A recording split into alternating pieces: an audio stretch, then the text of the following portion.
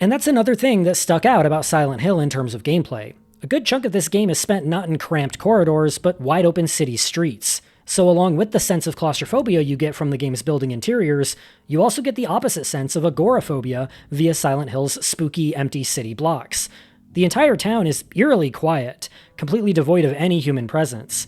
Its streets were intentionally made abnormally wide to reinforce feelings of isolation and make the player feel that much smaller and helpless. A never-ending snow falls out of season, and streets inexplicably end in bottomless chasms without warning or explanation. There's no music, and the only ambient noise is a faint howling wind, broken up only by the occasional harsh crackling static of your pocket radio, alerting you to nearby monsters. Because really, the biggest way Silent Hill set itself apart from Resident Evil's brand of survival horror was by tipping the scale away from the survival and far more toward the horror. While you're still dealing with limited ammo and healing resources, there are no worries of managing a limited amount of item slots. The game places a larger focus on high-power melee weapons, such as a lead pipe or fireman's hammer, and you can even stomp downed enemies to finish them off. This all serves to make ammo conservation less of a necessity, and the game will even generously reload for you whenever you draw your gun.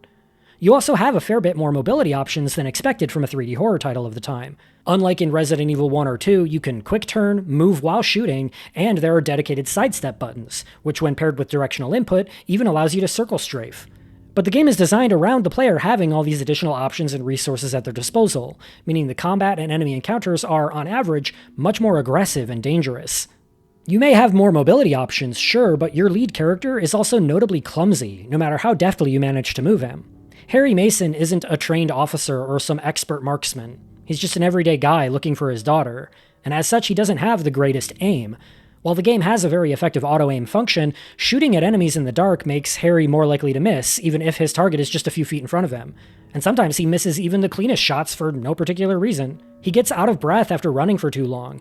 He'll bump or brace himself against walls and furniture if he approaches them too fast, and he can stumble off small stairways or porches. Part of what makes horror games so stress-inducing is that you, the player, are the one in control, and pairing that with a character who isn't particularly nimble or athletic adds a brilliant sense of helplessness.